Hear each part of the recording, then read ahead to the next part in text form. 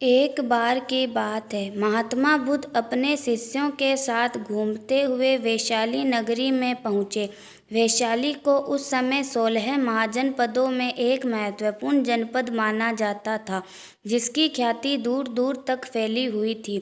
यह नगरी परम वैभवशाली और हर तरफ से संपन्न थी। महात्मा बुद्ध के आने की बात पूरे नगर में फैलते देरने लगी।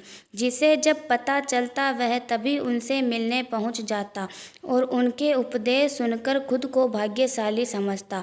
बुद्ध का चरित्र ही ऐसा प्रभावशाली था कि उनसे प्रभावित हुए बिना कोई नहीं रह सका। उस नगर की गणिका और राजनर्तकी आम्रपाली भी बुद्ध से मिलने की इच्छुक थी। वह खुद महात्मा बुद्ध के पास चलकर आई और उन्हें अपने घर भोजन के लिए आमंत्रित किया।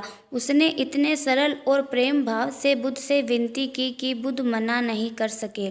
जब यह बात उनके शिष्यों को पता चला कि महात्मा बुद्ध ने एक गणिका का आमंत्रण स्वीकार किया है, तो सबने इसका विरोध किया। महात्मा बुद्ध ने बड़ी सरलता से अपने शिष्यों से कहा, मैंने तो उसकी प्रेम भावना देखी।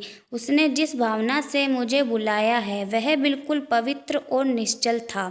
वह आज मुझसे मिलने एक गणिका बनकर नहीं बल्कि एक भक्ति भाव से आई थी।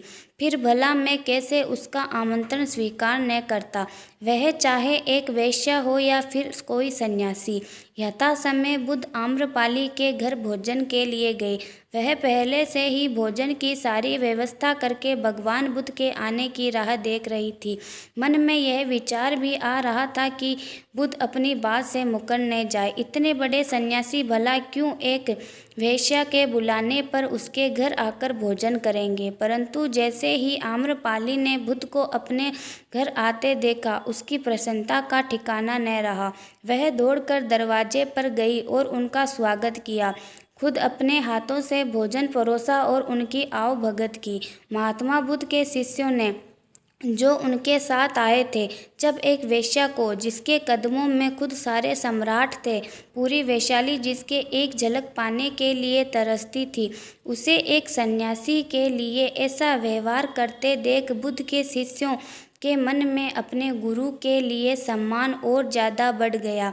आम्रपाली ने महात्मा बुद्ध के व्यक्तित्व के बारे में जैसा सुना था, उनसे मिलने के बाद वह उनसे उससे ज़्यादा प्रभावित हुई और उसी समय वह बुद्ध की शरण में चली गई। अपनी सारी संपत्ति बुद्ध मठ के नाम करके आजीवन भिक्षुणी बन गई।